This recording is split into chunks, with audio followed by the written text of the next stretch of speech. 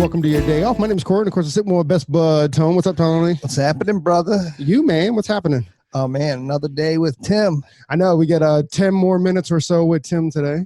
Yeah, this guy, it's definitely one of my favorite guests. I mean, he just has so much just information that he just constantly gives to our listeners. Forget about giving that he knows that it's in his noggin, man. He's got all that info in his noggin that he likes to share with us. He lives it. So this is, he's preaching what he lives. So it's not like, he's pulling it out of thin air. He really lives this. Good point. So, Mr. Tim Fisk, welcome back to 10 Minutes with Tim, or on your day off. Hey, guys. How you doing? Awesome. What's up, man? What are we getting into today? Oh, man. I want to talk to some of your salon listeners, and particularly the leaders and the mentors and the coaches out there, about how to do a positive one-on-one for their service providers. Nice. So this is like a one-on-one meeting? Yeah, I think, anytime that we're helping our team better their best and coaching them to grow, I think there's some guidelines that we need to consider and some kind of rules of engagement that we would want to follow just to make sure that those kinds of meetings are positive and that we get the results that we're looking for. I mean, it's all about the big picture and the results, right? Otherwise, they're no good. Yeah, I mean, I get up every day, and in my own salon company, my job is really to make sure that everybody else on my team is successful. And so to do that, really, I'm honing in on how I coach to my team, how I mentor them, and just looking at how we map out things like a one-on-one. Love it. All right, so let's get into it. Like from your experience, where do one-on-ones happen? Do they usually happen in an office somewhere? Do they happen at a restaurant down the street? Do they happen in a coffee shop? Do they happen on the shop floor? Like what's that environment, or what would you suggest is a positive environment to get the results that you need? I think that for the one-on-one meeting, it needs to be somewhere private, first of all, where the two of you can have a conversation. And by private, I mean, it could happen at a cafe or a restaurant, but just outside of the earshot and outside of the view of everybody else within the salon company, so that there's focus, first of all. And it's not because we're going to be talking about all this super secret stuff. And I'm going to get into some of the things that we need to talk about. But I just want whoever it is that you're coaching at that moment to feel like it's all about them at that time. So they have yours and you have their undivided attention. That's right. And I think the key to these one-on-ones, and I can't say this enough, number one thing, we have to keep it positive. This can't be the time where we talk to them about all the times we saw them out of dress code, or that time last week where they showed up after their client showed up for their first appointment. Right? This has to be a business meeting about their business. If we want to get into things like dress code and showing up to work on time, or cleaning up after yourself, pitching in with a team, those are conversations that I need our leaders to have in real time. In other words, when they happen. Don't sit on that kind of stuff and wait for some one-on-one meeting, because what you're going to do at that point is you're going to set up this expectation with your team that these one-on-one meetings are something they should be dreading because they're full of this accountability. I love that. That's genius, right? Yeah. They can't be accountability meetings in order for them to be a productive meeting for both of you to get the results that you're looking for. I mean, we have to come together as a team under the agreement, the understanding, and the trust that we're both there to grow the service providers, that the service provider is committed to grow underneath the salon company brand, and that as a leader, we're committed to help them achieve those goals and grow, thereby growing the business. So I kind of feel like we could end the conversation right now. Like that's the big take and that's the big bomb, right? And that's why I lead with it, because I think if you're not there, then forget about the mechanics of the rest of it, right? I'm truly blown away by that. I mean, just how simple that is. I'm already. I can't wait. To dive into this thing. I know, right? Let's go, Tim. Let's do it. So once we've established that this is a positive place where people are going to come to grow, I think there's a few things that we can consider as just mapping it out. And, coaching in my salon company happens once a month. I think that we coach people to the month because then we can look back and measure the success of the coaching that they received. And it's good to make sure that we do it in a consistent way. So that doesn't mean that it has to be a month, but I wouldn't let it go more than 60 days or the turnover of an entire client count. For some of our level ones in our salon that we're really trying to move and we're super invested in, we will do one-on-ones with them on a weekly basis to try to move the needle. And when we do that, we see that we have amazing results. Think of it this way. LeBron James has a coach, right? Tiger Woods has a coach. These guys are working with their coach every single day to reach the very, very top of their game and the top of their industry. The value of coaching and mentoring our team is something that you need to understand. It's the way to actually make it to the top 20, make it to the very best in our industry. You need to be coaching and you need to be coached. It makes total sense. Right. It's invaluable. Yeah. Right. Like, it's so cool. So let's get into the mechanics. Like what are we talking about, specifically? And do you have any, I don't know, coach us into what that conversation should sound like, what we should avoid and what we shouldn't avoid, not necessarily, specifics, what we should avoid in conversation. Yeah. I think I have three kind of things that I want to talk about regarding one-on-ones and how to kind of map them out. So the first, I think, in order to name self-interest and understand where your service provider is coming from, I want to know what their personal and professional goals are for, let's say, the year.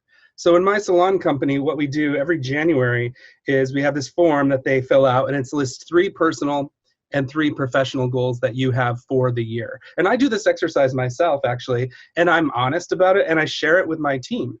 And I'm not looking for their deep, dark secrets of things that they want in their personal life. I'm talking about personal goals that require us to better our best in our career in order to achieve. I want to go to Paris. I want to buy a new house. I need to get a new car, things like that. So once I have that picture in my head, I'm able to establish what's important to my service provider so that all of the future mentoring and coaching that I do circles back to something that's actually meaningful to them. I love that. And yeah, I love it too. Because a lot of times those meetings, it circles back to the salon or circles back to the owner, but you have it circle back to them, which is beautiful. That's amazing. And like you were saying, 3 personal and 3 business goals, very quickly they'll realize that their personal goals are also entangled in those business goals. If you want to go to Paris, we need some bread, and where do you make your bread? Yep. Right. That's right. And you'd be surprised. Some of these exercises give you surprising results. So I've worked with a stylist that maybe they want to spend more time with their family. So we have to look at their schedule and maybe look at the way that they're working in our salon so that they can actually get a little bit more balance between their personal and their professional life. There's all kinds of things that are going to come out of this exercise that are going to inform the way you coach them through the next year. Not every service provider functions in the same way. Not every service provider looks at good the same way. And not every person needs the same thing. So this is a really great way to kind of concretize what's personal to each and every one of the people on our team. That's actually genius because you're saying more time with the family, that may never come up in conversation as a business owner or as a salon owner. You may never know that, and it could probably just be a small schedule tweak, whether it's an hour or a couple hours a week, to fulfill that. So just even knowing, puts you at the advantage as a salon owner. It could be the difference between somebody who is feeling defeated and not willing to bring their best every day and somebody who really feels like they're taken care of by their company and is giving their all because they know that the company understands them. Just knowing the company has your back, right? That's right. So, that's where I start first. And then, from there, we take it into, how to build their business. And in order to really get to the part where we're passing on knowledge to our team members, we have to understand the difference between mentoring and coaching. And this is something that we teach a lot at Summit Salon Business Center. And it's just been really revolutionary for me in the way that I build my team. The difference between mentoring someone and coaching someone, both of which will happen within a one-on-one. Can we kind of dive into that? I mean, what's your definition of mentoring and what's your definition of coaching, or are they the same, just using different words? Yeah, they're not the same at all. I mean, here's the thing, and this is going to make sense, I think, when I break it down for you. So the idea of mentoring is getting people on your team to kind of see something a certain way and actually feel in their hearts and in their minds that what they need to do is achievable, what they need to do is even important or even matters, right? The why behind something. So we call that see, feel, right? That's mentoring. So I can't just go and tell you how to do a particular technical skill if I don't first tell you the why behind why we have to do it. Otherwise, you're just repeating something, and you're not grounded or rooted in why it has to be done, and therefore you probably won't follow through every time. So you're living it instead of just doing it. That's right. So an example of mentoring would be something like this. Do you agree that every time you do a color on a guest, that color has a shelf life and that it's going to end at some point? Right.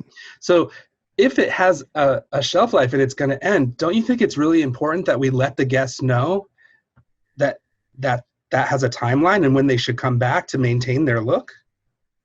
So here I'm asking questions that I kind of know that you're going to know the answer, but I'm framing the conversation before then I head in to tell you exactly how to rebook your guest and strategies that are going to work as far as when you do it and how you do it and the things that you're going to say.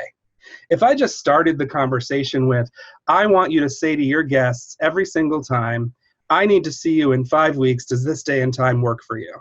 Now, You'll have some personalities that are into those kinds of rules, and maybe they'll do it every single time. I'd say that's like 1 out of 10 people. The other 9 people on your team are going to be like, what is he talking about? Whatever. I'm just going to say it however I want or if I want, right?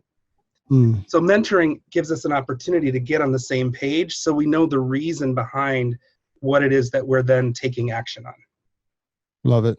I believe that you can't coach anybody until you first mentor them. And sometimes the mentoring process is super simple because y'all get it. You're all on the same page. Sometimes the mentoring process gets really deep, and it takes months of mentoring before you're ever going to get to coaching. You're building up trust, right? You got to, when you mentor them, you're gaining their trust. You're gaining their trust and you're getting inside their belief system. And unfortunately, in our world and amongst people in our industry, people have low self-esteem and they don't believe in themselves. So if I have somebody on my team that doesn't actually believe that they can hit these goals, that doesn't believe that they can actually do the kind of business that would allow them to take their family to Disney World this year, then it doesn't matter what I'm telling them to do. It's not going to mean a hill of beans. I've got to get into their heart, into their mind, and undo whatever knot was tied up in them that told them they weren't good enough, so that then we can build that confidence within them and then start to go towards what they need to do. Oh my God, for the first time, I just had this emotional pull on me as he's telling this story. It's like the lives that can be changed. Yeah. Ooh.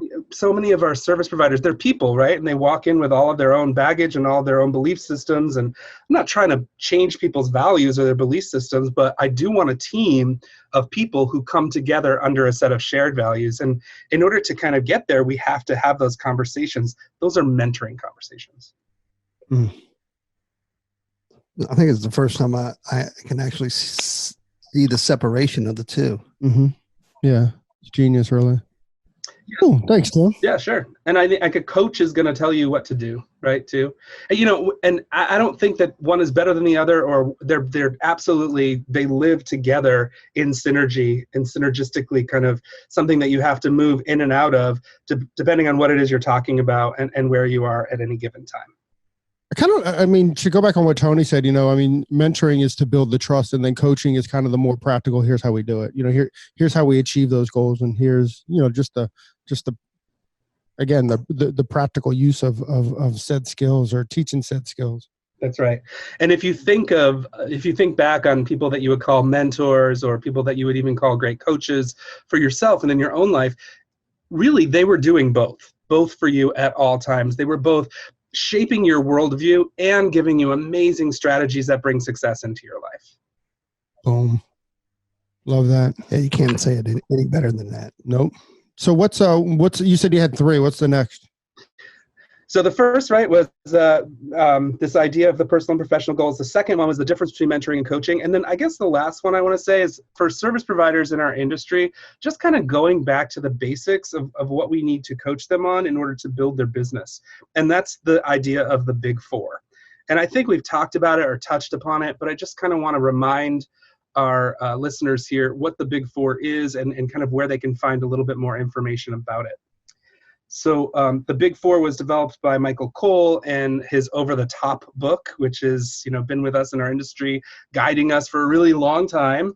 I know that you guys have seen this book before. Yep. And it's really the Big Four ways that we can increase revenue behind the chair, in the treatment room, in the massage room. And so is service, retail, rebook, and referral. And these are the 4 primary things that we're measuring in some way when we're looking at somebody's career in a summit salon and helping them better their best and move through a level system and earn their next promotion.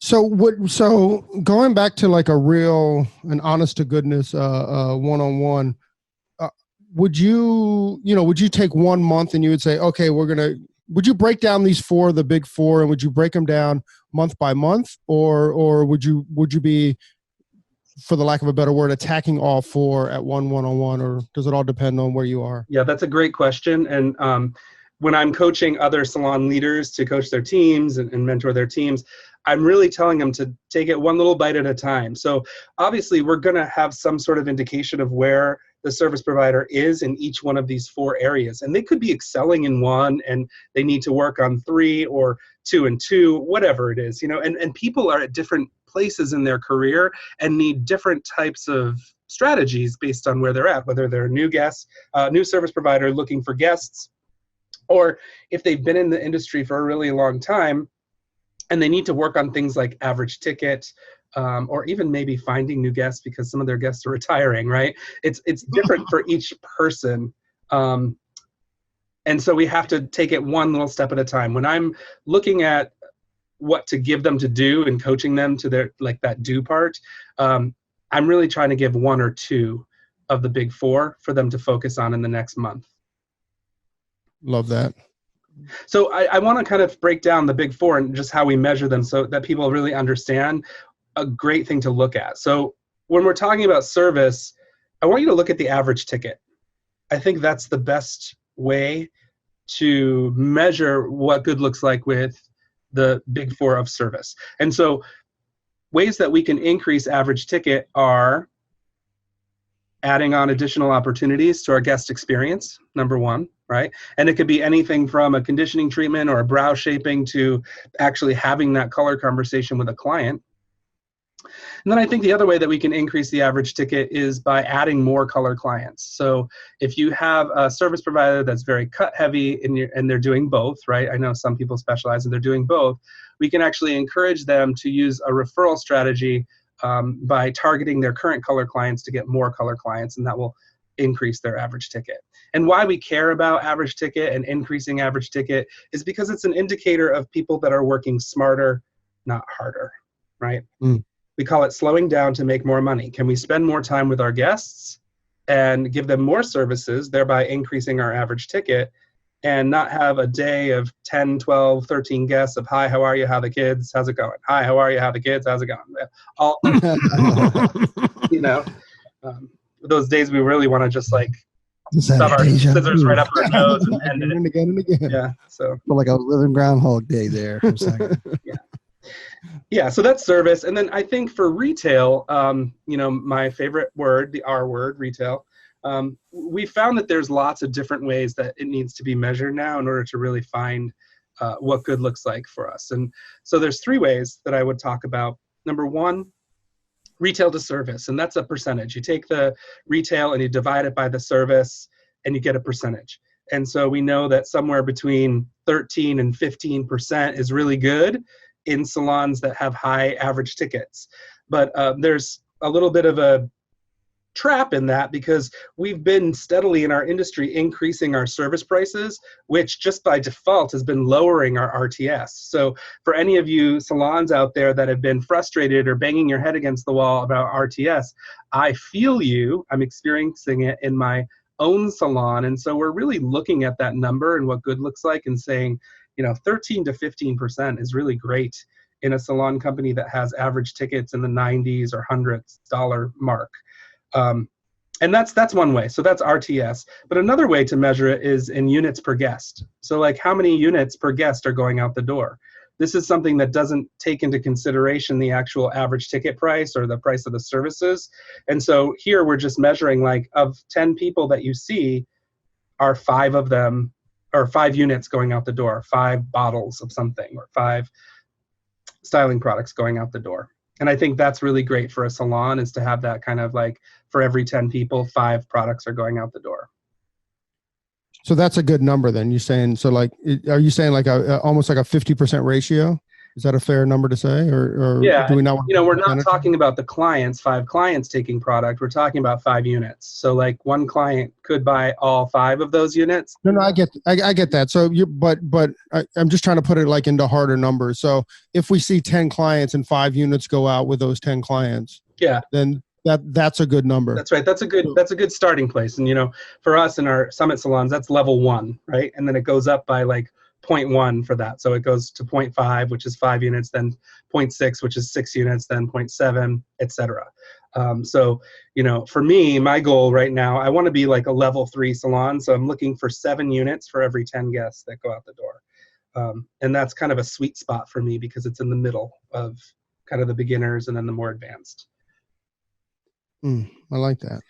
And then the last, I think that we have to look at for retail just is, did we do better than we did last year in the same period, Right. Because when all is said and done, like, I just want the needle to be moving in some way, and I want to claim victory on something here, especially with retail, which is such a bone of contention for so many service providers. But like, did we do better? Was there an increase overall in sales? And if there, now, when you say increase, you're talking about actual dollars? Dollar increase, exactly.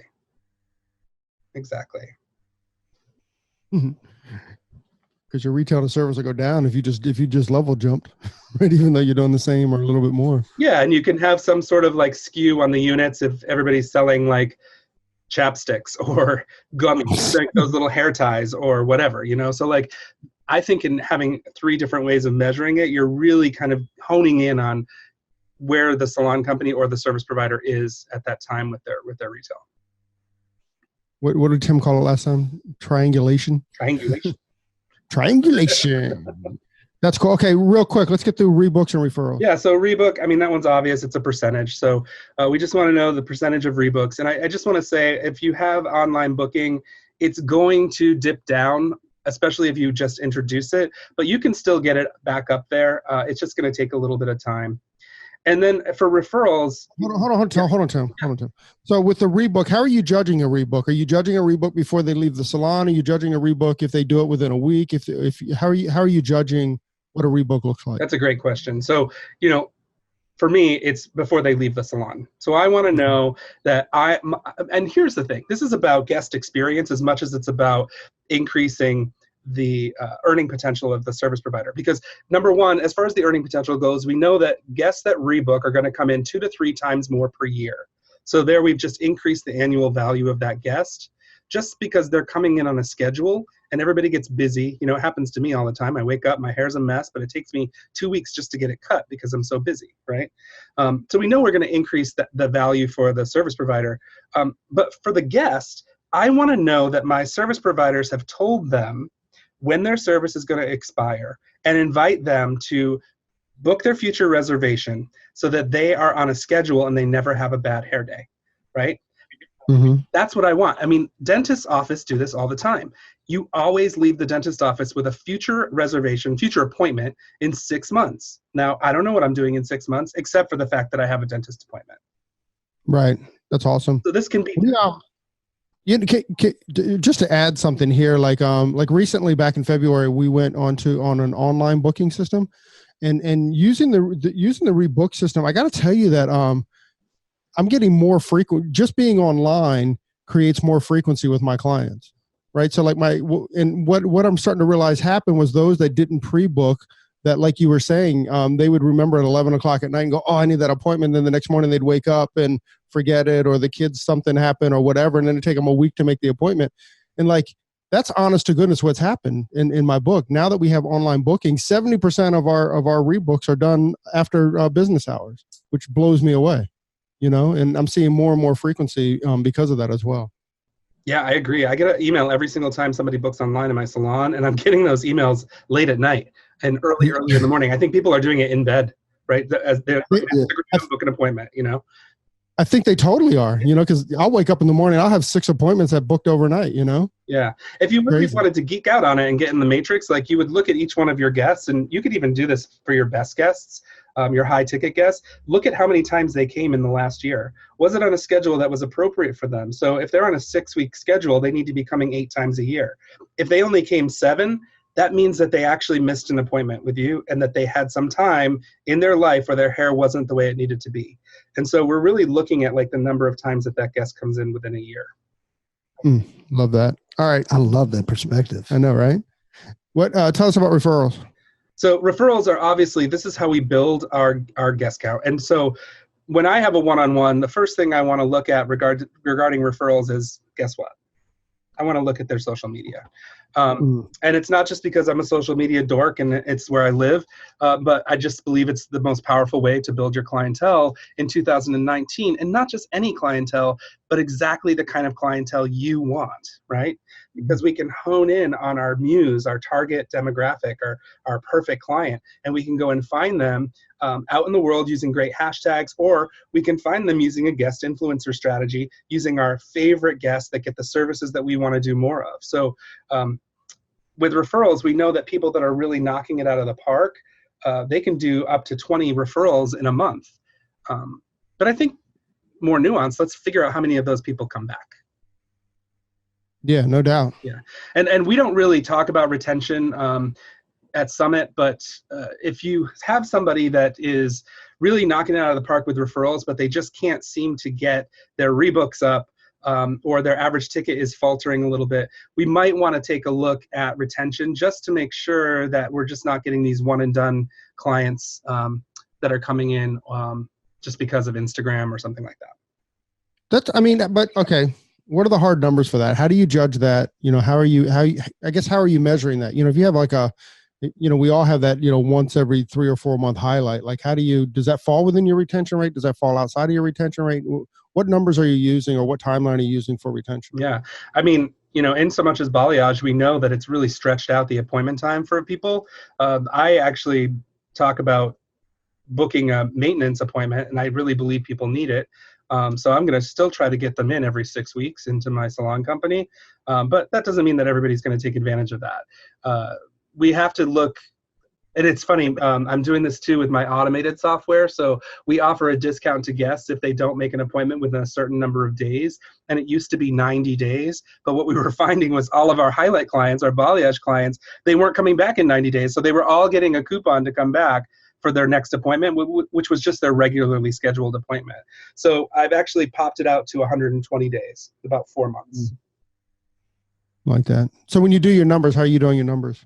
I'm not really measuring retention, but if I see somebody that has a lot of referrals, but they don't have a lot of movement in their career, average ticket, rebook, then I might want to look at some of those new guests and see if they're coming back at all. It's also when it comes to or one and dones or those one-offs, with some of those internet sites, that'll sell a bunch of services. We've noticed that tends to be the trend as well. So like if you do like a Groupon or a Living Social or something, come in for a highlight, those are usually one and done clients. And, it's the clients that are always looking for the deal and not necessarily looking for the service. Yeah, absolutely. And also too, as a salon company owner, I just want to make sure that each one of my service providers are giving that high level, high end experience to every single guest, even if they're coming in off of a Groupon, which I never do. That's a whole other podcast. But even if they're coming in because of some sort of promotion that we're doing in our salon company, they have to get that A+, amazing salon Hairdust experience, because we do have an opportunity with every single client to capture them and turn them into lifelong clients for our salon company and for our service providers. Boom. Tim, this is awesome. Legitimately one of the favorite podcasts that we've done with you. I thought we got a lot of information in a short amount of time, and I appreciate you, bro. I appreciate you. I appreciate you guys. Tim, thank you very much for joining us on 10 Minutes with Tim and your day off. Thanks, guys. Keep it positive.